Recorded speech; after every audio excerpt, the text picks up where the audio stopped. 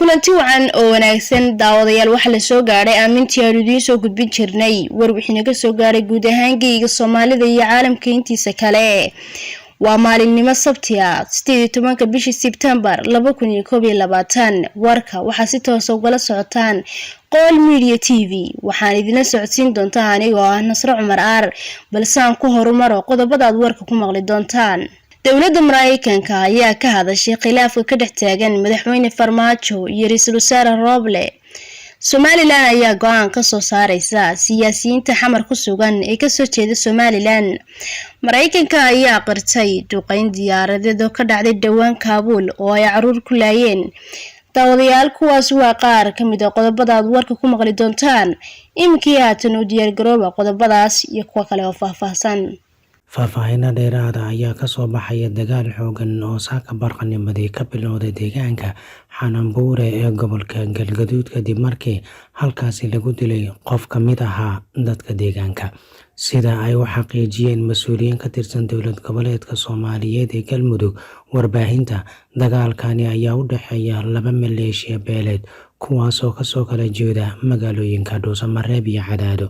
dagaalkan ayaa bilowday kadib markii maleeshiyaad ka soo jeeda Cadaado ay qof shacab ah ku dileen gudaha deegaanka Xananbuure ee gobolka Galgaduud. xukuumadda Galmudug ee uu hogaamiyo madaxweyne Qoorqoor ayaa marar badan ku guuldareysatay inay wax ka qabato dagaal beeleedyada deegaamada maamulkaasi ka dhaca oo sanadihii ugu dambeeyay si weyn u soo badanayay. dawladda Mareykanka ayaa war ka soo saartay khilaafka ka dhex taagan madaxweynaha iyo ra'iisul wasaaraha Soomaaliya kaasi oo ka bilowmay kiiska Ikraan Tahliil.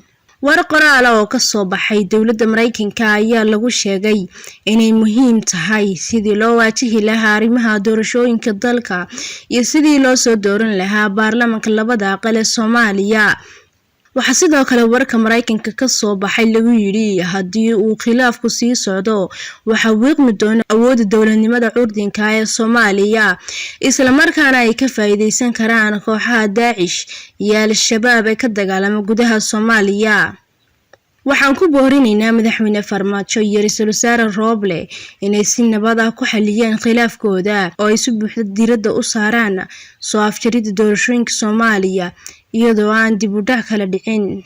doorashooyinku waxay lagama maarmaan u yihiin amniga, xasiloonida iyo barwaaqada muddada dheer ee Soomaaliya ayaa lagu yiri war ka soo baxay xafiiska dawladda Mareykanka ee Afrika. hadalkan ka soo yeeray dawladda Mareykanka ayaa imaanaya xilli marba marka ka dambeysa uu sii xoogeysanayo khilaafka Farmaajo iyo Roble isla markaana beesha caalamku shiray shalay yeeshan ugu baaqeen labada mas'uul inay dhameeyaan khilaafkooda kuna dhaqmaan dastuurka dalka u yaala. ciidamada Kenya ayaa qof shacab ah ku dhaawacay xadbeenaadka u dhexeeya Kenya iyo Soomaaliya kaasoo uu dhaawacii soo gaaray ugu geeriyooday isbitaal ku yaala degmadaasi kadib israsaaseyn dhex martay iyaga iyo ciidanka Soomaaliyeed.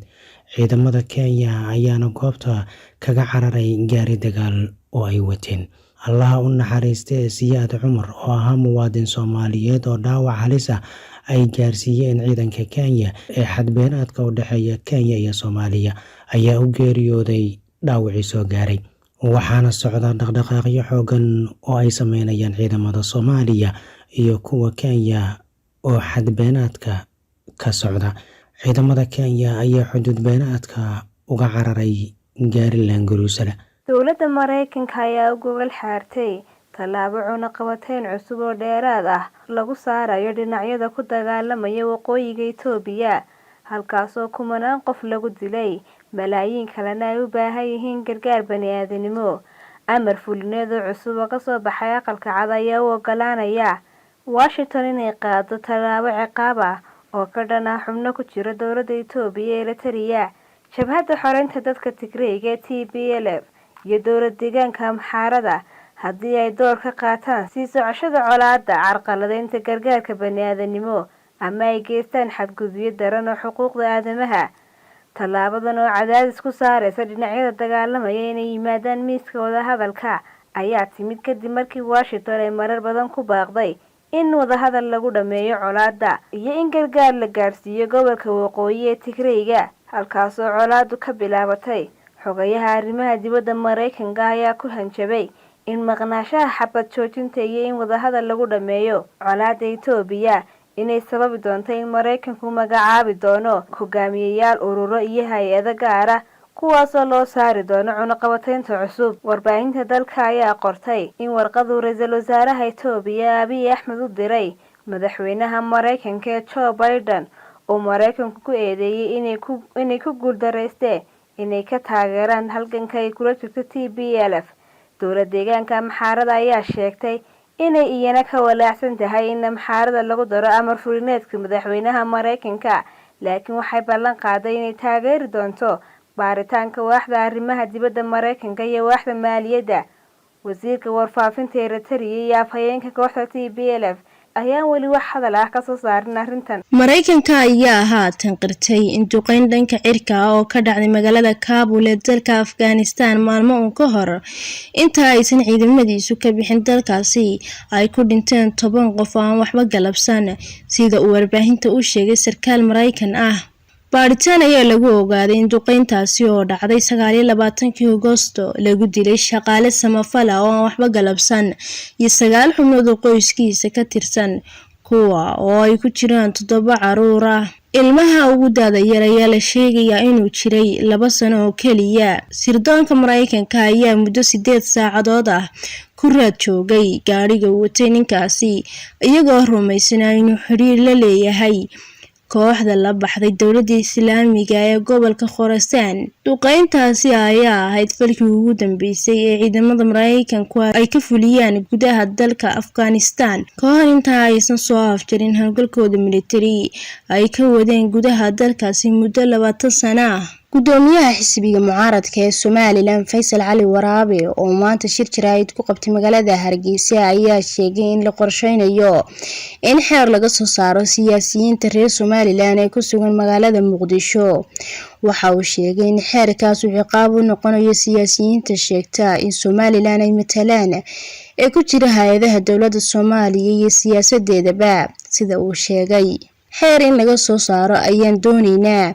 Xeer dadka halka tagay ee magaceena ku shaqaysanaya waa in xeer ciqaabaad la soo saaro, haddii kan inaan la ogan lahay ayaa la moodayaa, ayuu yiri Faysal Cali Waraabe. Sidoo kale waxa uu naqdiyay hadalka ka soo yeeray madaxweynihii hore ee Soomaaliya Sheekh Shariif oo isagu soo dhaweeyay heshiiskii siyaasiyiinta Somaliland ee kuraasta gobolada waqooyi kadib muddo uu khilaaf ka taagnaa. Gudoomiyaha Faysal Cali Waraabe ayaa waxa kale oo uu sheegay in dib u habeyn ballaaran lagu sameynayo halgankii Somaliland ee ictiraaf raadinta iyo iska dhicinta xamar, waa sida uu hadalka u dhigay. Ugu dambeyntiina waxa uu bogaadiyay war uu sheegay inuu helay oo sheegaya in madaxweynaha Somaliland Muuse Biixi Cabdi uusan raadinin muddo xileedkiisa marka uu dhammaado muddo kororsi, halka madaxdii hore ay samaysan jireen kordhis bilaa sharci ah.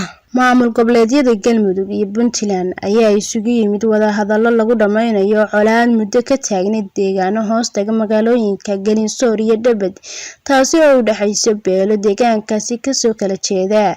Gudoomiyaha deegaanka Dhabad ee Galmudug Aadan Cabdinuur Galaal ayaa dadaalada nabadeed uga waramay warbaahinta. Dowladda Faransiiska ayaa jimcihii u yeertay danjirayaasha oo fadhiya Mareykanka iyo Australia si ay ugala tashadaan khilaafka ba'an ee ku saabsan baabi'inta qandaraas Australia ay uga iibsan lahayd maraakiibta dagaal ee quusa.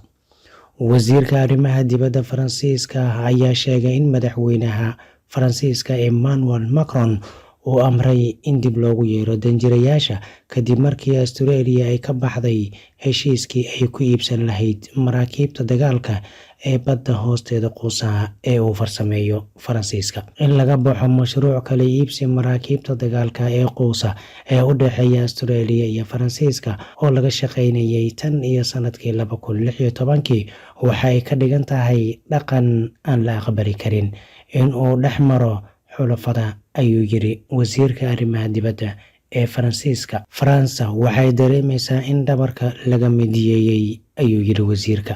Madaxweynaha Mareykanka Joe Biden ayaa Arbacadii ku dhawaaqay isbahaysi cusub oo dhanka difaaca ah oo dhex mara Mareykanka iyo Australia, wuxuuna Biden sheegay in Australia uu isbahaysigan ka caawin doono teknoolojiyadda gujiska nuclear-ka qaada, difaaca internetka, sirdoonka macmalka ah iyo awoodda badda hoosteeda.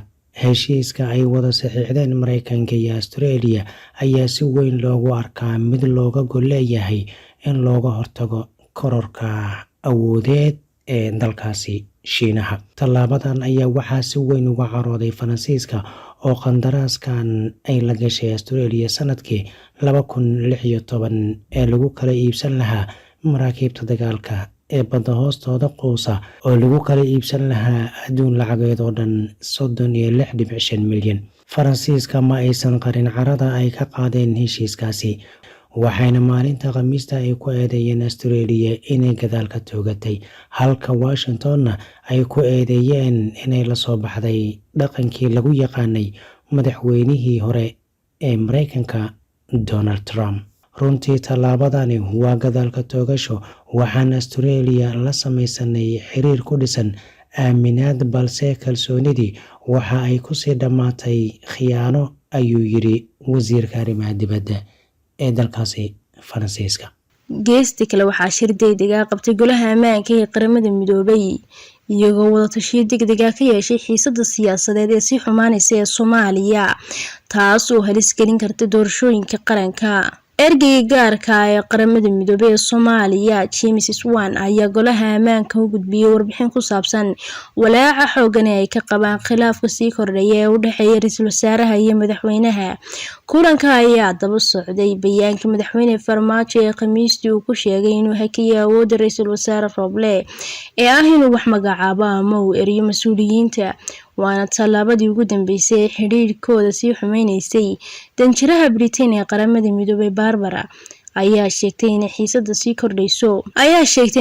sii kordhaysa ay saameyn ku yeelan karayso geedi socodka doorashada, ayna sidoo kale horseedi karto qalalaase amni oo ka imaan kara kooxaha Al-Shabaab. Barbara waxay ugu baaqday in golaha ammaanku uu cadaadiska ku saaro ra'iisul wasaaraha iyo madaxweynaha inay si degdeg ah ugu xaliyaan khilaafkooda. Shirkii guddiga amniga qaranka ee lagu waday 18 bisha 9 inuu ka dhaco magaalada Muqdisho ayaa dib loo dhigay, sida agaasimaha warfaafinta madaxtooyada Jamhuuriyadda Federaalka ee Soomaaliya Cabdirashiid Maxamed Xaashi uu ku yiri bayaan uu soo saaray. Waxa uu ku bilaabay sida tan: shirkii guddiga amniga qaranka ee dowladda federaalka ee Soomaaliya ee uu hore u iclaamiyay madaxweynaha Jamhuuriyadda Federaalka Soomaaliya Mudane Maxamed Cabdullaahi Farmaajo inuu qabsoomo 18 taariikhdu marka ay tahay bisha 9 2021 dib ayaa loo dhigay, waxaana idinla soo wadaagi doonaa xilliga ugu habboon ee uu qabsami karo. Cabdirashiid Maxamed Xaashi, agaasimaha warfaafinta madaxtooyada Jamhuuriyadda Federaalka Soomaaliya, ayaa ku saxiixna. Waa tahay daawadayaal, intaasi waxaa inoogu eg war wixii aan idinka haynay guud ahaan caalamka. Inta aynu ku kulmi doono warkan warka xiga, waxaan idinkaga tegaynaa kulanti dambe oo xiiso leh.